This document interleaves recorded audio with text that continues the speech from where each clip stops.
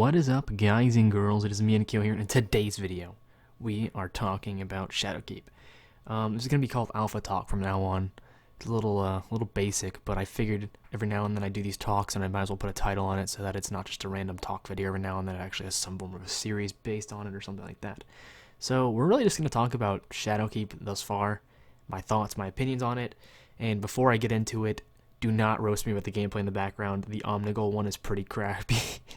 I die a lot in the background. It's pretty funny to watch, honestly. But yeah, and also a disclaimer: I have not watched anybody's videos about their opinions on it. The only thing I've really been seeing is Twitter surfing stuff, and even that will be minimalized as much as possible here because I don't want to sound like a biased, repeat, broken record of what everybody else is saying. I like to try to deliver original content to you guys as much as possible. Sometimes I do jump on other ideas based on what people see or what I see people doing and things like that, but majority of the time I do it for the best interest of you guys, just to mess around and have fun. So without further ado, let's talk about it. Thus far, Shadowkeep's been a lot of fun, to say the least. It's been a really, really fun experience, which is strange because I've been having a really hard time producing content for it, even though before, when there was a little bit of a content drought in between that seasonal ambulance to where we are now area, I made tons of videos, and I was really having an easy time doing the 7 days a week content, but now I feel like I'm having a really hard time doing it, and that may just be my personal opinion, but I don't know, Shadowkeep's, it's strange. I'm not used to the power grind. It kind of feels like I'm back to D1. I think I've said it before in other videos, but it's a very strange feeling. I feel like you're behind in terms of power level and that you're too low to do certain activities. It's a very, very strange feeling. It's a good feeling though, because I mean it inspires competitiveness and me constantly coming back to playing the game and keep grinding and things like that. But it's also making me want to go out to other games and test my content bounds and see where you guys like and what you guys don't like and what you guys agree with and don't agree with. It's a pretty fun little testing ground for me because luckily I'm still small enough. I mean, I consider myself to be pretty big, but I'm still small enough in subscriber base size that I can still kind of tweak my content and figure out things and have fun with that stuff. I'm going a little off topic here, I know, but I've been having a really fun time grinding, but it feels like it's hard to balance the content and the grind sometimes, and that's a good thing in some aspects because it keeps me on my toes and it keeps me from repeating the same crap over and over again. It allows me to kind of take a leap of faith with certain things, and that's fun. That's what I like about Shadowkeep, honestly. It was a big leap of faith for me and my channel to keep on progressing through this game, especially with all the ups and downs it's had over the past few years from D1 till now. Some people don't really like the whole moon idea, how it's pretty much a reskin of the moon. Honestly, I think that it's a little bit of a shallow thought process in my opinion. The moon itself changing was a really interesting thing because if you go back to D1, the moon seems like a very untouched, very nice place. So you have the only real issue there is that there's little Vex holes and there's a little bit of destroyed buildings and stuff like that from humanity being there and the war and all that stuff like that. But when you come now, there are cracks, there are craters, there are spaceships that are part of Easter eggs, by the way, falling out of the sky. There are Jade Rabbit collectibles. There are the Dead Ghosts, which, by the way, the Dead Ghosts, and whoever came up with that idea, Bungie, you need to give them the promotion. That was the best use of lore mixing with player-based activity thing I've ever seen in my life. It was one of the most well-constructed things, but I honestly really enjoy that. I think the moon was one of the best things they did bringing it back because it allows the player base to see what they're trying to do. It brings nostalgia, which number one is always good for a player base. Nostalgia really helps. To me, it emotionally makes the player want to have an emotional connection with the game. It makes you want to be like, oh, dude, remember that time I saw Husky Ray making a video for Crota's End? Or remember that time we were doing Crota and the whole raid glitched and we couldn't do anything? Because even though I looked down at that hole in the Hellmouth, I'm like, damn, man, I had so many memories down at that hole. I had no idea where the hell that hole goes, but I had so many memories. I don't even know if it's the same realm or if we're at the same planet or if we went to Crota's realm or whatever the hell. But I had so much fun doing Crota's raid with my friends and looking at that hole and not being able to go down it. It's like, damn, I want to get back on D1 and go do some Crota raids, which I'll probably never do because I haven't even done the remastered version of those raids, ironically. But I feel like there's a whole lot of nostalgia, and that really changes the aspects how you're playing. And it's kind of the goal of Bungie, if I'm not misinterpreting things, that they want to bring back certain aspects of Destiny 1 that were good. Mainly the power grind. That's very similar to how Taken King power grind was, in my opinion. Like, I remember I was 334 and when 335 was the max for the longest freaking time, man. And I couldn't get that freaking ghost from totems to drop. And when I finally got 335, I swear I screamed so loud that I actually had to get a noise complaint on me. It was one of the best days of my life, honestly speaking, which some of you are going to roast me for that in the comment section, I'm willing to bet, but it was a really great experience. And it's still one of the things I remember today. Like, it's really, really humbling to see how far the game has come far, and that I've been able to be lucky enough to be a part of it, you know. Some people have found other games that they don't really want to stick, they don't stick with it, and they move on. That's unfortunate for them because they're missing out, in my opinion. The activities now, I do like the activities. I do have some qualms about the rewarding system. I do question them sometimes. Like, I don't quite get the deal with nightmares, honestly speaking, the nightmare hunts. I feel like for the hero and the, I think, masters, the one above that, I believe, if I'm not mistaken, I feel like the rewards would be a little more apparent for that. I do like the whole idea that you get these essences and things like that, but I feel like the essences are too easy to acquire in other activities, so it makes it kind of meaningless, in my opinion, to go ahead and do that. But the powerful reward for doing 3 of them is a good idea. As long as they keep on bringing out newer versions of those, I think it'd be great, in my opinion. It just really depends on how they stick with it and they keep moving along with it. I don't quite like the whole reward system. For that specifically, I would honestly like a skeleton key system. And for those of you who don't know what I'm talking about, in D1, towards the end, or towards when Rise of Iron came out, in the beginning of Rise of Iron, they implemented a system where strikes had specific loot, and you had to farm the crap ton of strikes to get them sometimes. Like most people want the Scion Flare things, or a hand cannon from certain strikes, things like that. And you'd get a skeleton key from completing activities or opening boxes, or just, it was kind of a random drop. And with the skeleton key, you open the chest at the very end of the raid, and you had the strike, and you have a much higher chance of getting a roll or a drop of that specific weapon or cloak or whatever you're looking for. It was a great way for players to finally be able to get that stuff. And honestly speaking, since these are reworks of strikes, especially the bosses, I think it would be kind of cool to add that in, because I noticed a lot of the bigger people, and I hate to mention things like this, are complaining about guns and lack of gear differences. I know out of the top of my head, I saw Cruiser complaining about the fact that there weren't enough guns to grind. The Iron Banner situation isn't really something I'm going to be talking about here, because Iron Banner hasn't really changed that much besides the armor, and I personally have not been playing the Iron Banner, so I don't feel qualified to make a actual opinion on it. You know, I don't want to pull something out of my butthole here. You know, I want to give you guys straight factual information based on what I've played and what I have not played, and not what I've not played. So we'll keep straight around that. But I think gear diversity is kind of an all-time low. Don't get me wrong, I love all the new gear from the moon.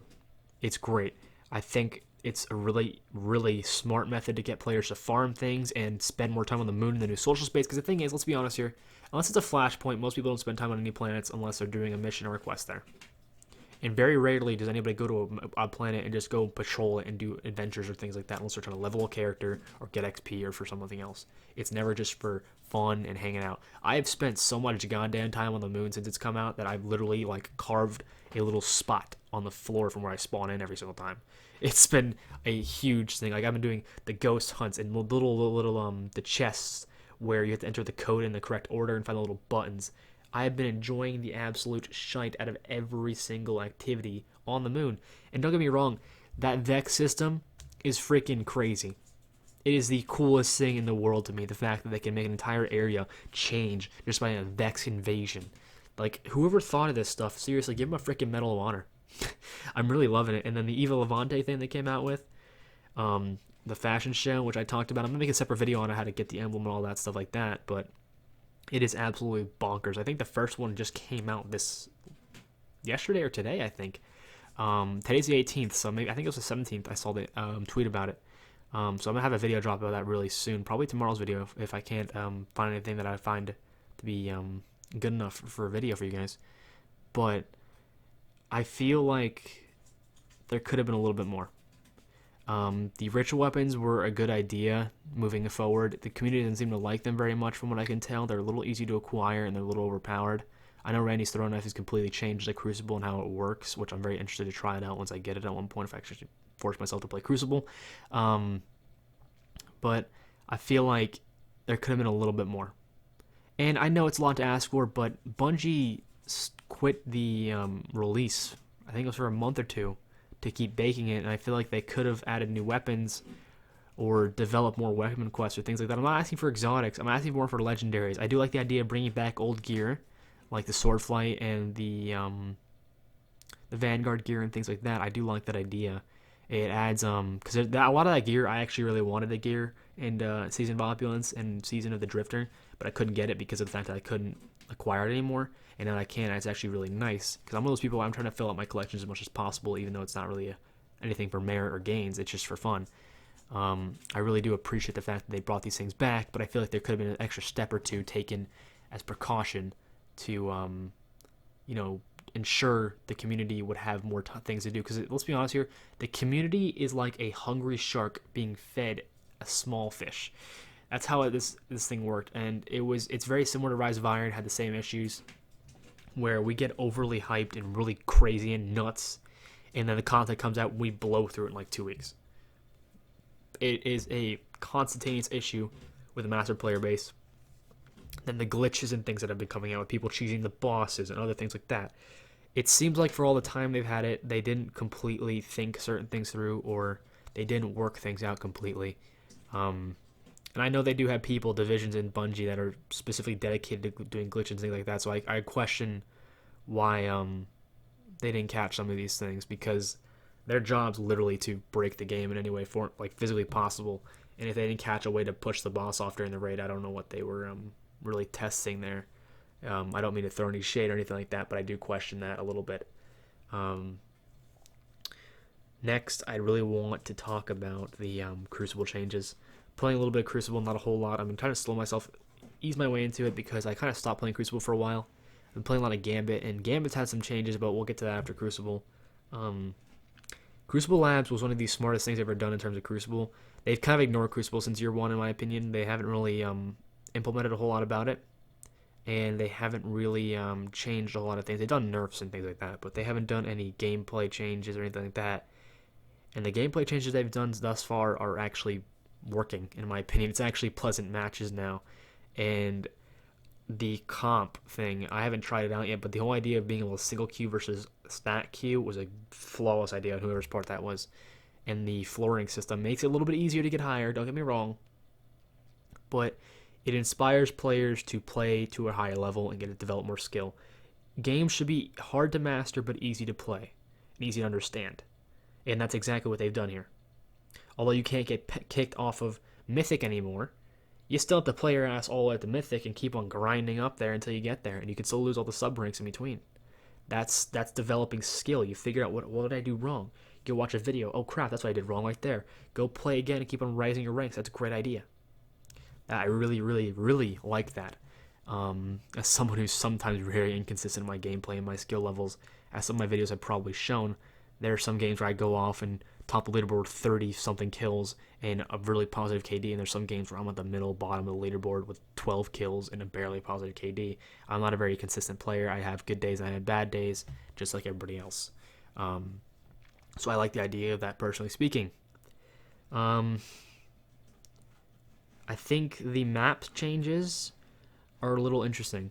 The reason I say that because I like the idea of it, but I myself, it's like getting a new pair of shoes. Sometimes they don't quite fit, and you kind of get used to them. It's how it is for me. I'm struggling to get used to the certain changes with the maps and all that, because I feel like these maps, they're not really meant for the sizes, and then I feel like, wait a minute, they actually are meant for the sizes, except they were in D1, you know? So it's kind of a weird thing right there with that, but that's not really a huge deal to me. I think the map changes were a good idea, because some of the maps were outrageously big or outrageously small. So I think adding more maps into the mix was a must-do, and I'm quite happy with that. On to Gambit. Gambit has been very interesting. They did a lot of really silent buffs and debuffs to certain things, and they didn't really talk about them. First and foremost, Jotun. Jesus Christ, I hate toasters so much. Literally, I'm going to throw all the toasters I see for the rest of my life into a bathtub. I can't stand Jotun anymore. Jotun, when it first came out, I remember MP Edits made a video about it, and it slapped. It was a one-shot. It tracked harder than frickin' Truth does. By the way, I hate Truth. It was a crazy, crazy gun. Now the gun actually one hits and it has semi-aggressive tracking, which means they suddenly buffed it. And honestly speaking, it's one of the very few guns in the game that I struggle learning how to use, and I'm gonna have to sit down and actually learn how to use it because it's actually meta again. And when I first got it, I literally dismantled it immediately because it was a little trash, and I could not do anything with it. So I was like, you know what, get out of my inventory. I don't want to see you. I sent it to the vault probably. Actually, I don't think I dismantled it. I think I just yeeted it to the vault to cry a little bit. Um, so that's kind of a weird little thing there. The AR buffs, the assault rifle buffs, or the auto rifle buffs, excuse me. They actually, this is really a gameplay wide thing, not really specifically gambit anymore. I'm kind of straying away from that topic now. The buffs to ARs is actually surprisingly well taken, and I'm actually happy with it. I'm happy that the guns that kind of built the game when it was in its early stages. I remember D1 when it first came out was pretty much you ran Midas and or Uriel's Gift, and then whatever for a heavy. I think I ran a shotgun for heavy because that was my playstyle back then. And that was the shit. Like, excuse me, but that was literally the coolest thing you could run, and that was the best loadout in my opinion back then. Some people had different loadouts. Some people like the Storm and the Drain whole thing, but it's really based on opinion at that time. That was a pretty fun time in the game. It's not perfect, obviously. It was D1, and everybody hated Leviathan because it was such a glitchy freaking raid. So not really everybody wanted to grind in there, but it was a lot of fun to play it, and I remember having a lot of fun with my friends. But ARs have come so far since then. They went down, and then they came back up again, and then Kamikix had the whole period of time where he made a ton of videos on ARs, and that really made things interesting as well. And that brought him back into the playlist a little bit more. And the Service Regime had the meme time where everybody went wells and just sat there with Service Regime and spray and prayed because they had infinite ammo thing, or the bottomless clip, technically speaking, because of the Well of Radiance infinite ammo thing. And that was always fun. And then now they're just, like, honestly, they're slapping cheeks without even having to be exotic. I think Archaeologic is what it's called. The moon one you get is absolutely nuts. I think I have clips of it in the background for one of these videos here in the background. And I have a pretty decent roll, and I like Overflow and Rangefinder. It's a pretty fun little roll for PvE. It is so nutty, and literally everything. And it's the strangest thing because it's an AR. Like, who would ever thought an AR would actually be a gun that I'd pick over something else now? It used to be just hand cannons, but they really put hand cannons in their place, which made ARs shine a lot more. Same thing with Scouts. So I'm really happy with that. I'm definitely really looking forward to see if more ARs will come out in the future. I haven't gotten Monte Carlo yet, so I haven't really been able to make a video on that. But once I do, I'm definitely going to pop a video about that because I'm very excited. I like Monte Carlo and D1 as well. Now, another topic I wanted to speak a little bit about was the one thing that I dislike about this update is they kind of rendered season of the Undying content useless. Now, what I mean by that, and don't take this wrong, don't start typing a whole paragraph in the comment section, please, is certain things like, the best example would be the Black Armory stuff no longer gives you powerful gear. It gives you legendary gear, which may be somewhat closer to your light, but it will never be powerful gear. Which I question because the fact of the matter is, if you're someone who doesn't give a crap about rolls of guns and just is going for powerful gear to get your gear higher and higher and higher so you can go do the raid and stuff, what's the point of playing old game content? This means that it kind of shifts a balance thing here with the activities, in my opinion, and it kind of makes people want to go from the newer stuff, but also the old stuff, which means the older stuff will be more vacancies, and it's kind of a weird thing to me. I'm not really sure how to feel about it. I'm kind of unhappy with it because I'm someone who like has to do all the farming and stuff. So I like to farm for as perfect of rolls as guns as possible. I'm one of those really meticulous farmers. So I'm kind of concerned about that because that's kind of the thing that was an issue, I feel like, in other seasons. So hopefully they'll figure out something there with that.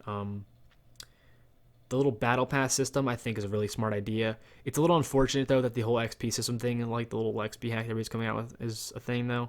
With the whole like storing bounties, because like I'm looking at like Glad and the Redeem guys, and they're already at like freaking level 70 in their seasonal rewards, and I'm sitting here at like 31. And I'm proud of myself for 31. You know, I kind of do question the whole mindset behind that. Personally speaking, I mean they prepared for it. I can't get mad about that, but I just feel like it shouldn't have been affected by bounties. I feel like next season that definitely would be an idea to look at, is not having it be affected by bounties and making everybody start from square one together and move forward. Although, speaking on that topic, moving one forward together, moving the day one raid to Friday or no, it was Saturday, wasn't it? It was Saturday. Yeah, Saturday, excuse me. Saturday at 1 o'clock was one of the smartest goddamn things I've ever seen on Bungie's part. It made it actually possible for me to attempt a raid, a day one raid. I used to never be able to do it because Tuesdays, I'm a full time college student. I can't stop because I'm an art major. I have art projects to do every single week. I could never do anything like that. And now I can actually freaking sit down and do a day one raid if it comes out. And that's like the best feeling ever because I've always wanted to do them. I mean, it's really good content for you guys. It's a good way for me to publicize my channel, get my channel out there. It's an amazing opportunity to meet new friends and things like that. Half my clan is actually from the day one raid, and we talk pretty closely. And I love those guys. We spent literally 11 hours together, and we became really good friends. And some of us became actually like really good friends. And that's the type of relationship you want to establish while you're playing a game. So I'm definitely very happy about that. I probably should have written down a lot of this stuff. Honestly speaking, I'm kind of just going out of the top of my head here at the moment. I usually write scripts about this stuff, but the thing is, when I write scripts, I usually get worried I didn't talk about enough, and then I go back and watch other people's videos and see what they covered, and then it kind of ruins the whole idea because I get biased and things like that, and that's what I'm kind of avoiding here. But I'm pretty happy with that. I think I covered a pretty decent amount of content here, what I want to talk about. So anyways, guys, thank you guys for watching this video. I hope you enjoyed it. I hope you guys have a great day or night wherever you are. If you are new here, please drop a like and a comment down below and check out other content. I really appreciate it. If you are a currently existing sub, you're awesome possum for watching this video. Also, do the same thing, like, comment down below. Now, both of you, because I know some of you guys aren't even following me on Twitter yet, follow me on Twitter. Handle will be on the screen right about now. So definitely follow me there. And also, guys, have a great day and some scribbles. I appreciate it, guys. Hope you guys have a great day or night wherever you are, and I'll see you guys later. Peace.